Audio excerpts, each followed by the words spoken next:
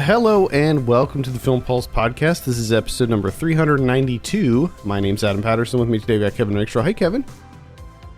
Hey, how's it going? We're getting pretty close to 400 here. I know. It's exciting. 400 episodes. Getting there. Wow. This week on the show, we will be going over our most anticipated films of 2021. But first, we'll be taking a look back at last year's list. And we'll be seeing how everything turned out. Thank you so much for joining us this week. Please remember to review us on iTunes if you get a moment. I feel like there's like several caveats or things that we need to sort of go over before jumping into this list. First, obviously, 2020 was a crazy year, and I think 2021 is going to also be a crazy year. Mm-hmm. Even if they start to get COVID under control and people start getting vaccinated and everything starts to return to some sort of normalcy in that regard, I think that the film industry itself is still going to be very disrupted this year. Mm-hmm. As such, when we go over this list, there are a lot of things, like this is a much smaller list than other years, I believe. And I think that I should also point out that for my list at least, it's mostly US films, just because I'm not sure what's on the horizon for any like Japanese films, any films over in the UK, international films. I'm not really sure what is happening with those. No. And I mean, we talked about this before doing the podcast, is, you know, every year that we do this, you know, you sift through pages upon pages of movies being released, you know, looking for things. And let's just say that the stack of movies to look through in order to compile this list, which is much thinner than in previous years. Yeah. Now, you can go onto IMDb and look at 2021, which is what I do. And there's like 4,000 plus listed there, but once you get to like the 500s, it starts to just turn into like stuff that is clearly not going to come out in 2021. And then also you get like a lot of like weird fan films and stuff and like things. Yeah. Tons of Indian films too. Tons of Indian films. Bollywood just dominates those lists. And I mean, I don't even know what the state of Bollywood is at this point. Like if those movies are going to see the light of day because of the pandemic. But let's go over what we predicted, or what our most anticipated movies were from last year. And I think that that's going to probably knock some of the ones on our 2021 list right off the bat, because I think a lot of these are going to be carryovers from last year. There's definitely a handful of carryovers. I actually pulled up my list and, you know, kind of combed over it, and I was actually pretty surprised that a decent portion of my most anticipated from 2020 I actually did get to see. Yeah, I was kind of surprised too. I thought that the bulk of the list was going to be movies that didn't come out. Which is funny because in previous years, that was something that we always discussed, is a huge portion of our lists, you know, we wouldn't get to see, like they didn't come out. And here, this is the year that I was like, well, surely, you know, more than 50% of these movies I did not get to see. But turns out, no, this might actually been one of the best years. Yeah, almost all of them, actually, which was kind of a surprise. So starting off the list, I had Wendy, which is the new Ben Zeitlin one. That did come out. I did see it, and it was a disappointment. I didn't really enjoy that movie whatsoever. So that was a huge disappointment. It had a really good score to it. Ben Zeitlin did the score in that, just like he did with Beasts of the Southern Wild, and it had some really good visuals, but the story in that, if you're not familiar, it's sort of a spin on Peter Pan. It just really wasn't there for me. We had Last Night in Soho, which is the new Edgar Wright. That's going to be a carryover to next year. That did not come out. Still excited for that. I have myself down on this list. I guess you weren't. You're done with Edgar Wright. You hate the guy now or something? Oh, no, I don't hate him. That movie just didn't seem that. You know, honestly, yeah, honestly, looking at this synopsis. I think it's sort of a horror movie. I don't really know too much about it. I don't know how much of it is being sort of kept under wraps. At the onset, it didn't particularly excite me, but just the Edgar Wright name alone, I was just like, yeah, I'm into that. A young girl passionate about fashion design is mysteriously able to enter the 1960s where she encounters her idol, a dazzling wannabe singer. But 1960s London is not what it seems, and time seems to fall apart with shady consequences. Oh boy. Yeah, I think that's cool. We both had Synchronic on our list, the Benson and Moorhead. Which did that came out? It did come out. Yep, I saw it. It's good. I didn't love it like every other Benson and Moorhead film, but I think that it was unique, and it definitely had their sort of trademark style.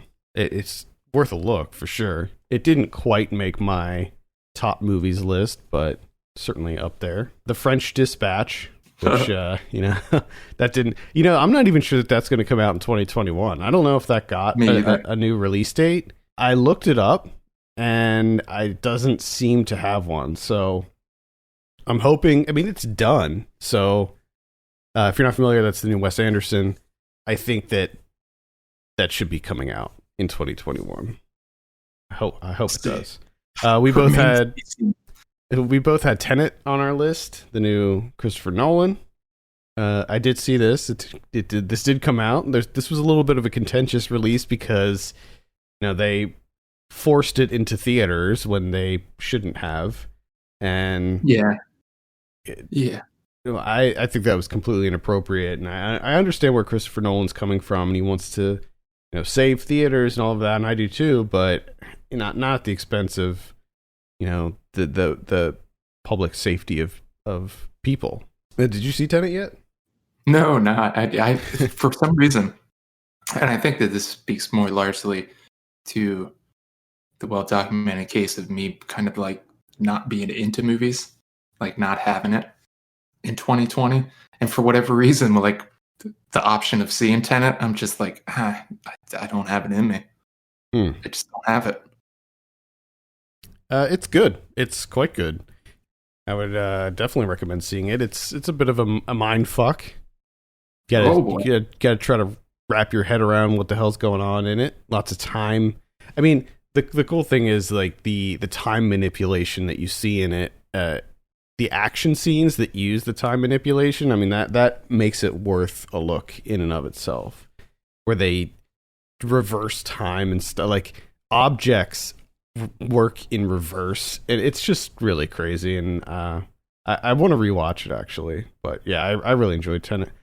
I had The Personal History of David Copperfield on my list, which was the new Armando Iannucci one, and that did come out. Yeah. I did see it, but I was not really into it, unfortunately. It didn't feel like the same kind of movie like The Death of Stalin or Veep or any of his other projects that he's worked on.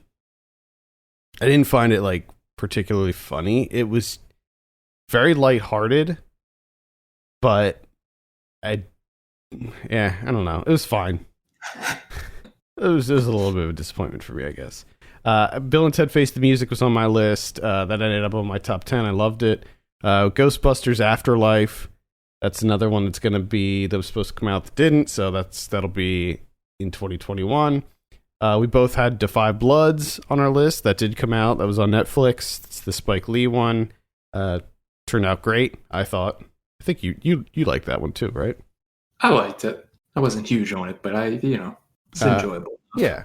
We both had Candyman on our list. This is going to be another carryover, and this is like my, I think, most anticipated for 2021 at this point.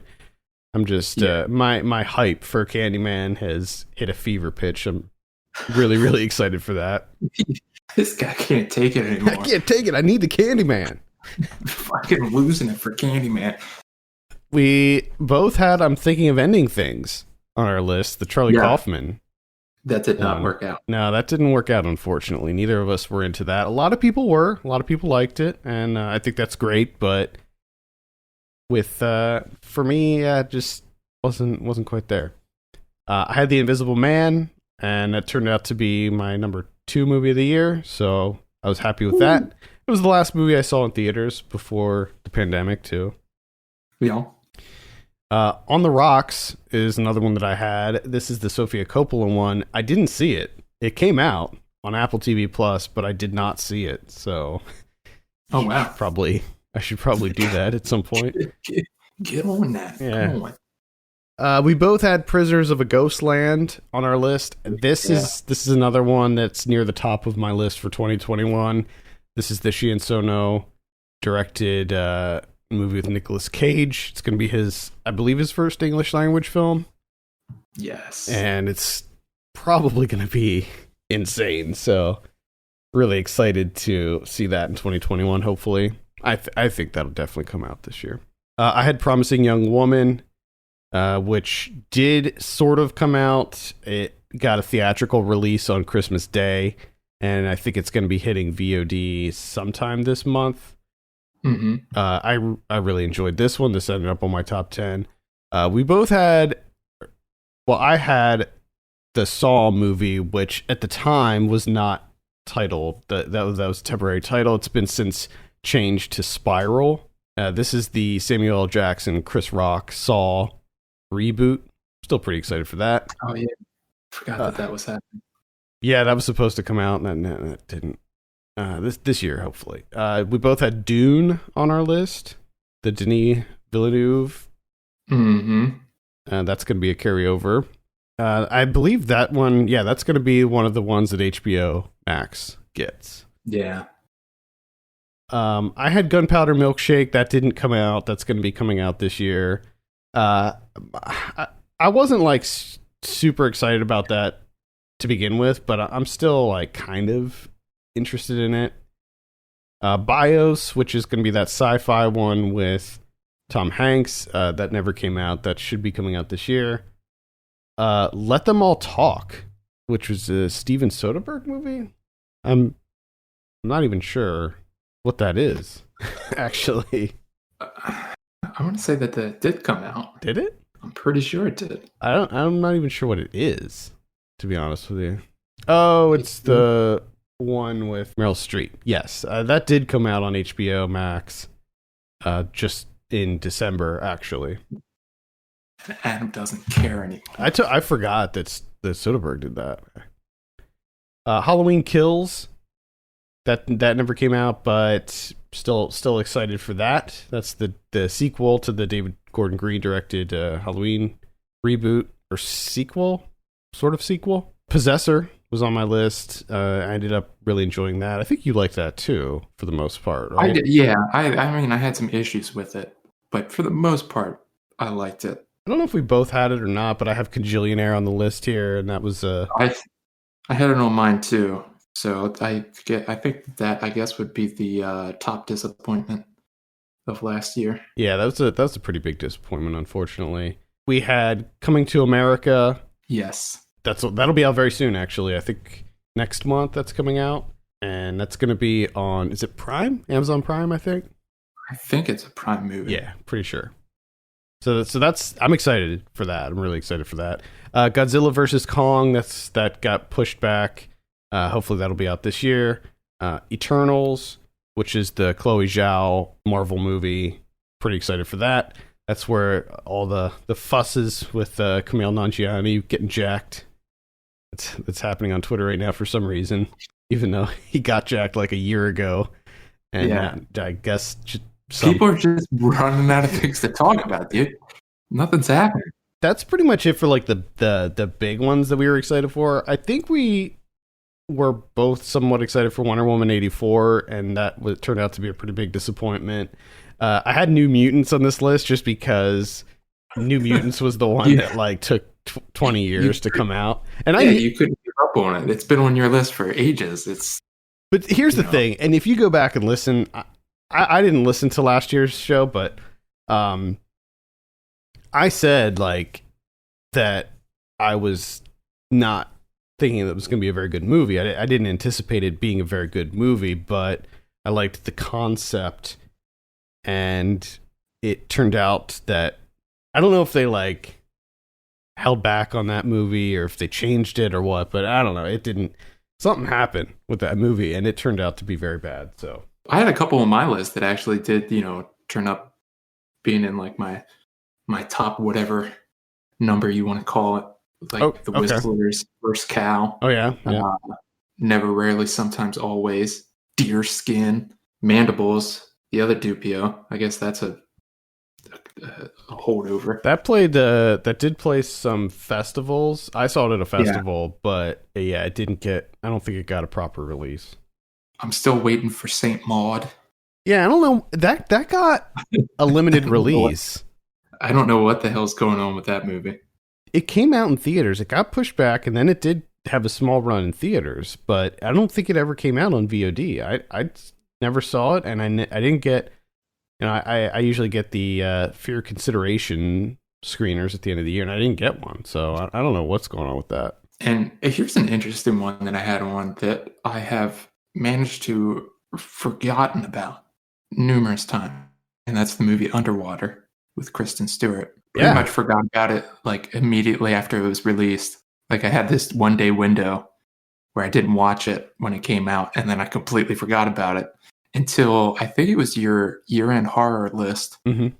I think that was on there, and I was like, "Oh yeah, Underwater." Immediately when I closed that tab, I forgot about the movie until I looked at my most anticipated list from last year, saw it again, and thought, "Oh yeah, that movie."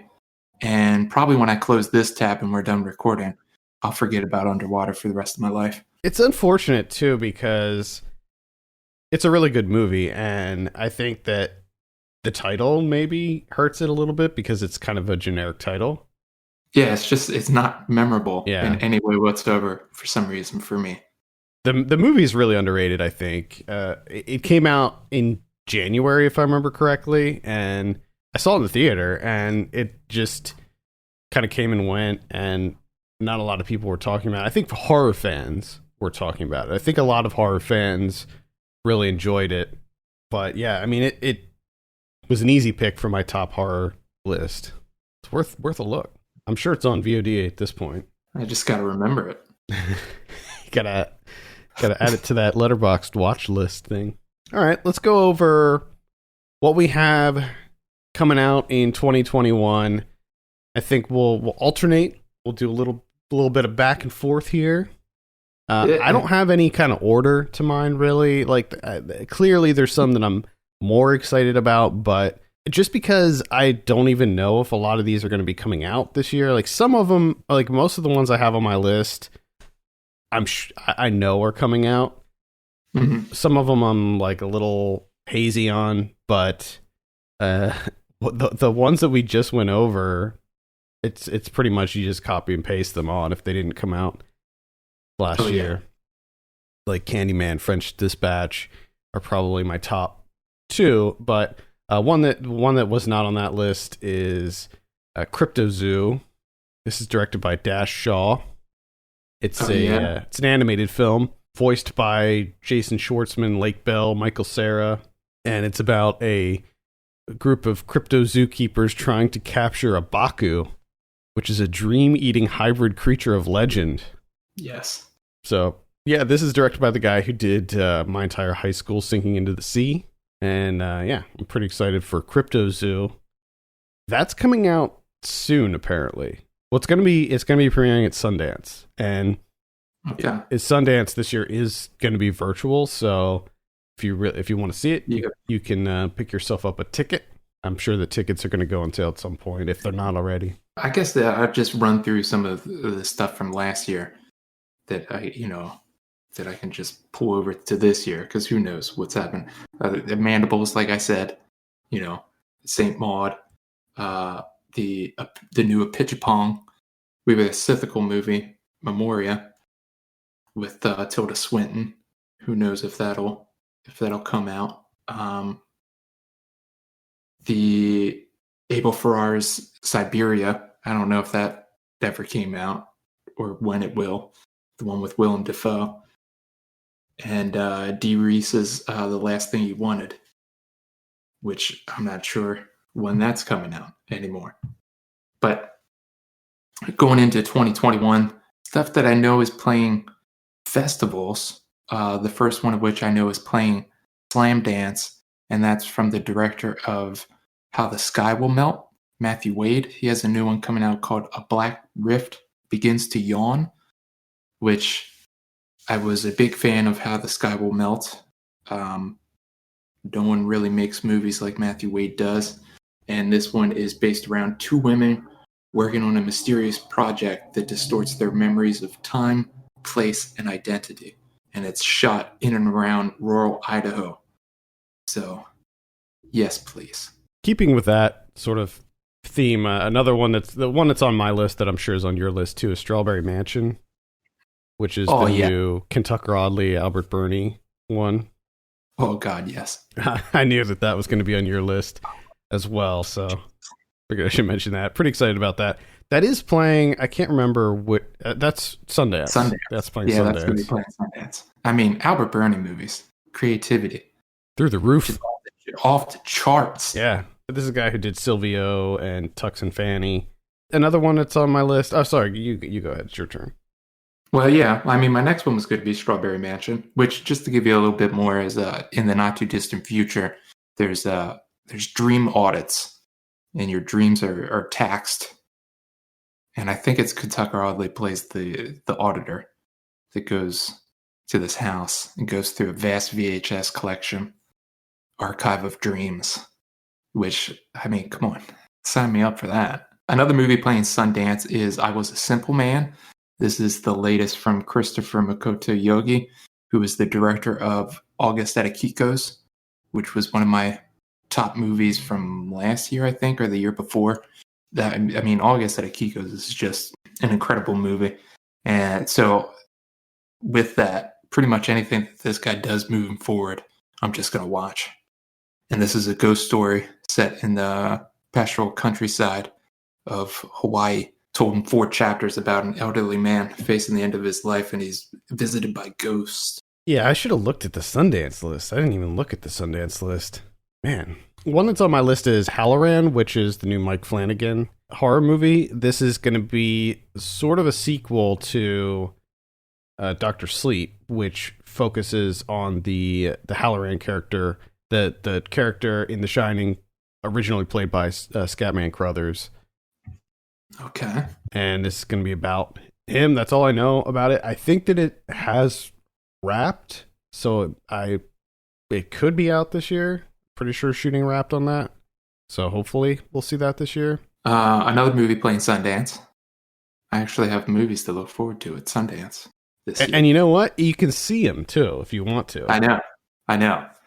So I'm gonna try my best. We'll see what happens. This is Superior, which is Aaron Vasilopoulos taking a short film of hers from 2015 and turning it into a feature length.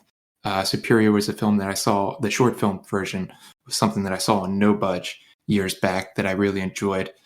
Really enjoy her work, especially when she teams up with Mia Kelfi Henry as the director of photography, which they're doing here, getting back together. So I look forward to seeing this. And this is going to be her feature length debut. I'm pretty excited to see how this plays out. My next one is The Hand of God, which is directed by Paolo Sorrentino. Big fan of pretty much everything that he does. This is the director of Great Beauty, and he did The Young Pope. And I don't know what this is about. The plot is sort of being kept under wraps on this one. There's not a whole lot known about it, but it's assumed that it's going to be about Diego Maradona. Okay. Just from that title. And he said that in an interview, he said it's his most personal film yet, and in the past he's talked about Maradona and the impact that Maradona had on his life and how soccer like helped him when he was young and struggling and stuff like that. So I think that it's going to be about Maradona, and I like the idea of Sorrentino, who is really good at filming just like excess. Like he's really good at making stories about ridiculously wealthy people doing ridiculous things. So I think that this will be good. Another Sundance title, and that's Wild Indian, directed by Lyle Mitchell Corbijn Jr., who's a director I do not know about. Really, the only reason I want to see this movie is because in the past year, 2020, Blood Quantum solidified Michael Grey Eyes as like one of my top actors working today. And he's in Wild Indian, which is two men learning to confront a tragic secret, the savage murder of a schoolmate, which, again, the main thing here for me is Michael Grey Eyes. I love that guy. My next one is Nightmare Alley. This is the new Guillermo del Toro. And it's about an ambitious young carny with a talent for manipulating people with a few well-chosen words hooks up with a female psychiatrist who is even more dangerous than he is. Oh, Jesus. Got Mary Steenburgen in there, Cate Blanchett, Bradley Cooper, Toni Collette, Rooney Mara, Willem Dafoe, Ron Perlman. Oh, wow. Richard Jenkins, David Strathairn, Clifton Collins Jr., Tim Blake Nelson. List goes on and on. Jesus Christ. Hopefully that comes out. I don't know about that one. Really don't know if that one's going to be, because I know he's working on a Pinocchio movie too. See how the year plays out. Yeah, that's the shitty thing is that this is all predicated on how things go, and the way the vaccine rollout has been looking early on. I don't feel too positive about a lot of things. Yeah, I'm not sure, but hopefully we'll see that one this year. I have a Canadian movie that I really wanted to see when we covered some titles from Fantasia Fest from last year, and this just didn't happen, and that's the movie Come True by Anthony Scott Burns. So that one's on my anticipated list for this year. Hopefully I get an opportunity to see this, because I've heard really good things. This played 2 festivals that I covered last year, and I didn't see it at either one of them. Yeah, I don't think we didn't get to. We tried. Yeah, here's the weird thing is, like, so we had press credentials for both festivals and access to most of the movies, but for whatever reason they didn't send, like, and I requested it on both festivals too, and they just like didn't respond. Like, they just straight up did not respond. Yeah. So they do not want us to see this movie. Maybe they're like, we know these guys aren't going to like it. Well, or maybe they're doing exactly what they want to do, and it's working, is that now I want to see it even more because they won't let me have it. Could be. Yeah, that might be. It's all an elaborate plan. Yeah, for me, it just started out as being like, hey, Come True sounds pretty interesting. Oh, I'll watch that. And now it's like, give it to me now. So it's working. I have The Card Counter on my list. This is the new Paul Schrader movie with Oscar Isaac, Willem Dafoe, Ty Sheridan, Tiffany Haddish. It's also written by Schrader, and it's about a gambler and former serviceman who sets out to reform a young man seeking revenge on a mutual enemy from their past. I'm usually into Schrader stuff. One of the bigger movies that I'm really looking forward to in the coming year is Judas and the Black Messiah from Shaka King, the story of Fred Hampton. I mean, this movie just looks incredible. And I mean, you got a huge cast. Lakeith Stanfield, Daniel Kaluuya, Ashton Sanders, Jesse Plemons, Robert Longstreet. I didn't know he was in it. And then I found that out and got even more excited. I'm really looking forward to this movie. As am I. This is on my list too. Another one on my list is Annette. This is directed by Leos Carax. Ooh, I didn't know he had a new one. Yep, he has a new one. This is going to be his follow-up to Holy Motors. A stand-up comedian and his opera singer wife have a 2-year-old daughter with a surprising gift. And it stars Marion Cotillard and Adam Driver. So hopefully we'll see this one. It's a musical, by the way. And Adam Driver's going to be playing a stand-up comic? Yeah, I think so. Which, that's interesting in and of itself. And it's a musical. So yep. Well, here's the thing. Like, I don't really normally like musicals too much, but the musical scene in that accordion scene in Holy Motors is still like, I go back and I watch that, like just that one part. I mean, I love that whole movie, but that one scene, that accordion scene, oh my God, I love it. I love it so much. So I'm kind of hoping for an entire movie that's like that scene. With Adam Driver telling some jokes. Yep. Here and there. Interesting. Another feature-length debut, and this played some festivals too, but I didn't get any chances to see this, and that's the movie Beginning from Dia Kolumia Begishvili, a Georgian director. She made a short film a couple years ago called Lathe that was one of my favorite movies of the year. So I'm really excited to see what she does with full length. And it's about this like little provincial town, and a Jehovah's Witness community is attacked by an extremist group. So I heard good things too, and it won some awards at a couple of festivals. So pretty excited for this. My next one is Benedetta, which is Paul Verhoeven's new one. A 17th century nun in Italy suffers from disturbing religious and erotic visions. She's assisted by a companion, and the relationship between the two women develops into a romantic love affair. Based on a book by Judith C. Brown. Features Charlotte Rampling. Really, the only reason I'm picking this is the Verhoeven factor. I don't know if it's gonna. That synopsis sounds pretty compelling, though. Yeah, we'll see. Hopefully it'll be out. Looks like it's slated to come out in May in France, so maybe it'll play some festivals over here. I'm not sure. We'll see. An indie movie that I'm looking forward to is Jonathan Davies' Topology of Sirens, which this is a woman discovers a hurdy-gurdy containing a hidden collection of microcassette tapes and embarks on a journey to figure out their origin. And this apparently has Bonnie Prince Billy's in there. He plays a character. Alex Zhang Hung Tai is in there. He was the saxophone player from the movie August at Akiko's. He's in there. So this just sounds pretty damn interesting to me. Yeah. I like anytime you find a hidden collection of things. Yeah. And you try and figure out their origin. It's just good things always happen. You throw that premise in there, you're kind of hooked right off the bat. You know, the big hurdle with that is having the payoff. You know, be worthwhile. I have Artemis on my list, which is the new Lord and Miller movie. This is about a porter and part-time smuggler in the lunar city of Artemis. Trying to make a little extra money, she accepts a less than legal job, but ends up involved in a much bigger crime. So it's this kind of sci-fi crime thriller based on the novel by Andy Weir. And I really love pretty much everything Lord and Miller do. So sign me up for Artemis. Something tells me that's not going to be out in 2021. But no, I don't think so. Oh, one other holdover from last year's list that I'm hoping happens this year, because it's an indie. And that's The Immortal Jellyfish from Dusty Bias.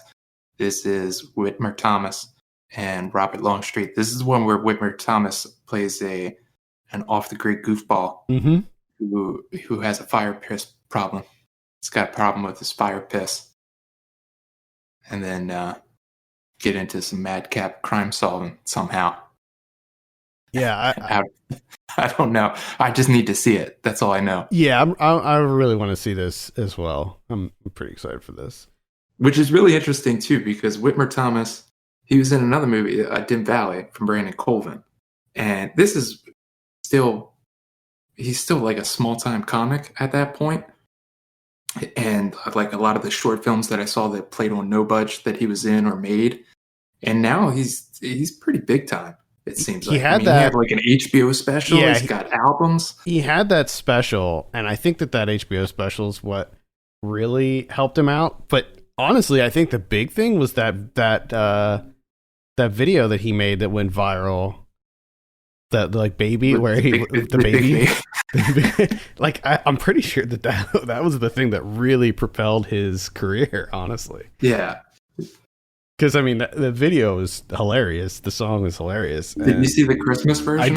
I did see the Christmas version, which was just as good, in my opinion. So, yeah. So I'm excited about that. I like him. I like him too. I think I did watch his special, and it was good. It was definitely different. It wasn't your typical stand-up stuff. So, I liked it. I think he's a really talented dude. Next on my list is Duel. This is directed by Riley Stearns. This is his new one. Oh yeah. I know that this has finished.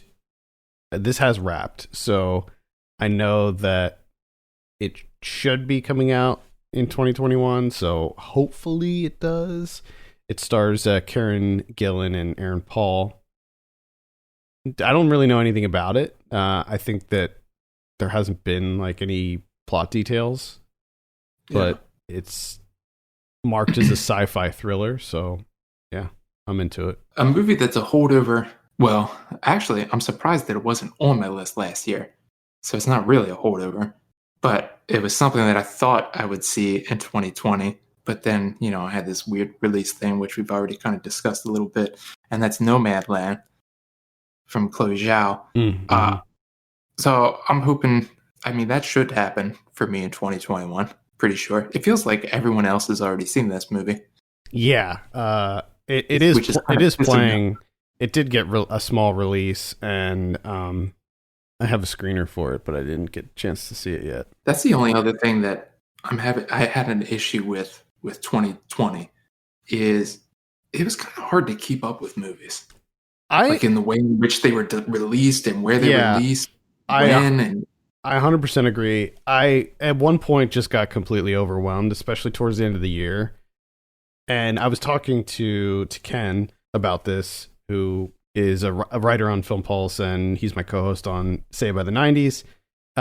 He was feeling the same way, where it just got so overwhelming towards the end of the year, the barrage of emails that we would get, and it got crazy. And just like figuring out like the release schedule for things, and like these movies would come out and there'd be like a virtual theatrical release that would last for like 3 days, and then it would disappear, and then it would come out in like physical theaters, and then it would do like a short run in theaters, and then it would come out on VOD like a month later. It was just really I understand that these companies are just trying to figure out how to get their movies out in the best way.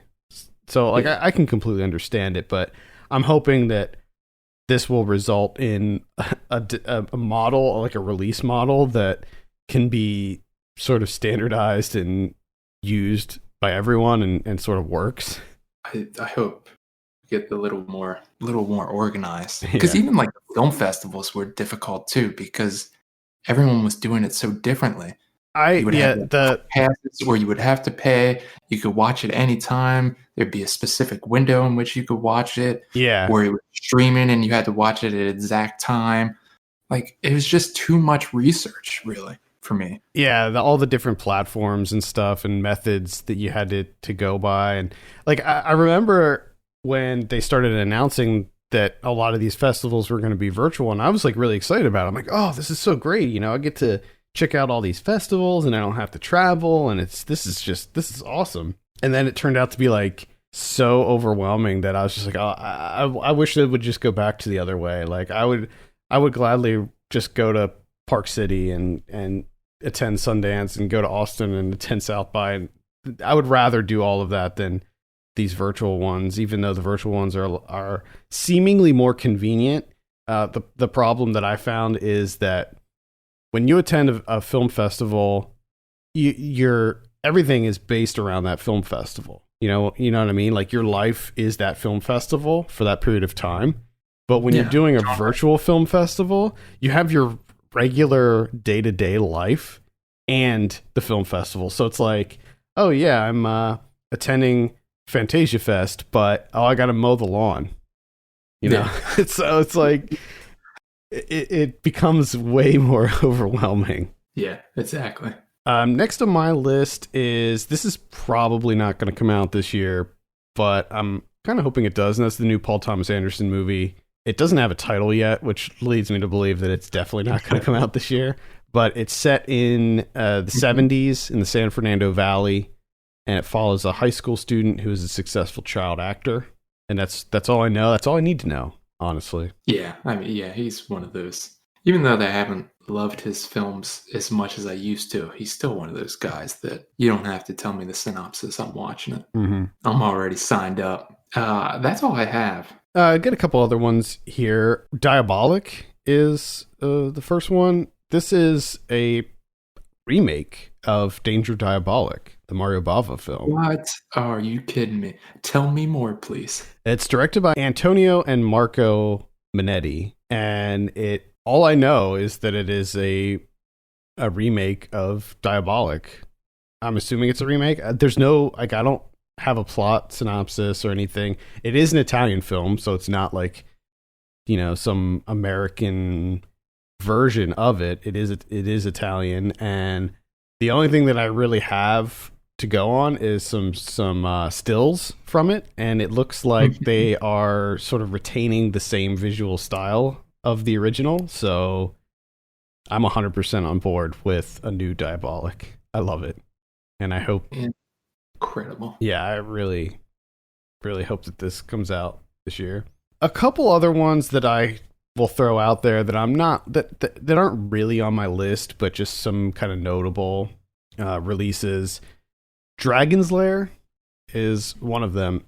This one is interesting to me because back in, I think it was 2015, they did a Kickstarter for a Dragon's Lair movie that it didn't get its funding, but then they did an Indiegogo, and it like doubled what they were asking for. So there was going to be a fully 2D animated Dragon's Lair movie directed by Don Bluth and Gary Oldman. Sorry, Gary Goldman. And so I was really excited for that, but then there was like kind of nothing happening, and then Netflix picked it up. But then they decided to, I guess, not make it animated anymore, and now it's a live action Dragon's Lair movie. Okay. And see, this is what kind of bums me out, and this is why it isn't on my list. I would really love to see a hand-drawn 2D animated Don Bluth Dragon's Lair movie. Like, that sounds incredible to me.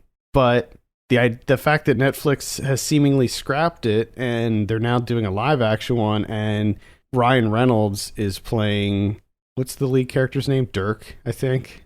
That really saddens me to learn about that. Yeah. One of the Warner Brothers movies that's going to be on HBO Max in their, huge release dump that's going to happen on HBO Max this year is Mortal Kombat. This is going to be a new, complete reboot of the Mortal Kombat movie series. It's not going to be related to the other movies or the live action show that was released. And I hope that they do it justice. The Mortal Kombat games are still very popular. Mortal Kombat 11, which came out, I think, last year, wildly popular, maybe the most popular Mortal Kombat game since the original one. And I hope that we see a Mortal Kombat movie that actually has some blood in it. That's just kind of what I'm hoping for. It just wants blood. It has a promising cast. I mean, it's mostly people who I'm not super familiar with, but it doesn't look like they tried to whitewash it or anything like that. And one notable cast member is Joe Taslim as Sub-Zero. And this is the guy from, the Raid movies and The Night Comes for Us. So he's going to be playing Sub-Zero, which I think is awesome. I also have Army of the Dead, which is going to be a Zack Snyder movie. I'm a little wishy-washy on Zack Snyder, but his Dawn of the Dead remake that he did, way back, I thought was pretty good. So I'm kind of curious to see what this Army of the Dead movie is all about. The Exorcist, which is a movie that I don't think is going to come out in 2021, but this is directed by David Gordon Green, and it's a sequel to the original Exorcist. So he's sort of doing the same thing that he did with Halloween with The Exorcist. Okay. Fear Street. Do you remember the Fear Street books written by R.L. Stine? Fear Street. They were like Goosebumps, but for older kids, like for teens. It was like the teen version. Okay. Yeah.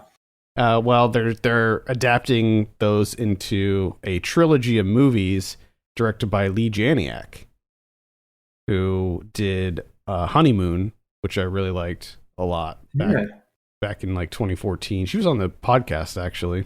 Okay. So yeah, I'm pretty interested to see how this turns out. And it's a trilogy, so there's gonna be 3 of them. So, and that's pretty much all I have. I mean, there's some movies that I'm like kind of excited for, like The Green Knight. I'm like kind of into that one, and some of the Marvel movies like Black Widow. I'll see them, but I'm not like losing my shit over them or anything. Yeah. And the new Texas Chainsaw Massacre reboot.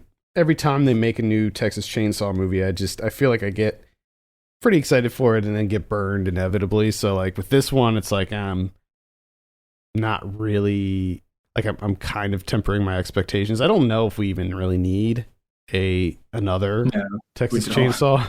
Like we sure don't.